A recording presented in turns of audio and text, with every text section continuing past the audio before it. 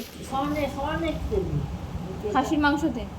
হ্যাঁ, এই সামান্য একটুখানি তেল দিয়ে তেলটা এলো, তখন ওই পেঁয়াজগুলো ভালো করে দিয়ে দিবি, দিয়ে জল ঢেলে দিবি, ওতে হলুদ নুন দিয়ে দিবি, আর আলু ওতে ভরে দিবি, মাংস আলুগুলোকে ভেজে রাখবো?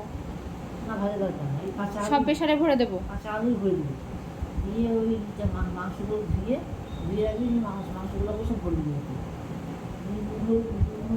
মিষ্টি দিবি, দিয়ে একটু নেড়ে দিবি, দিয়ে ঢাকা লাগিয়ে দিবি, 25টা সিটি মারবি, 20-25টা সিটি।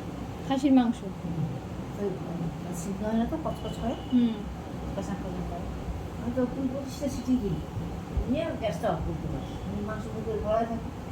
আর গরম মশলা লবঙ্গ, এলাচ, দারচিনি ওর মধ্যে ভরে দিবি, গোটা গোটা বাটা দরকার নেই, গোটা গোটা ভরে দিই, ওই দুটো লবঙ্গ দিই, দুটো এলাচ দিই, আর একটা দারচিনি দিই, ওকে ভরে দিই, তারপরে তলায় দিয়ে দিই, গরম গরম তখন রেডি।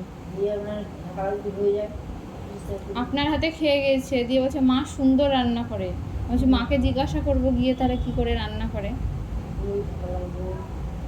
সিদ্ধ হয়ে যাবে, আর খাবার সময় ঠান্ডা হয়ে যায়, এখন গরম করে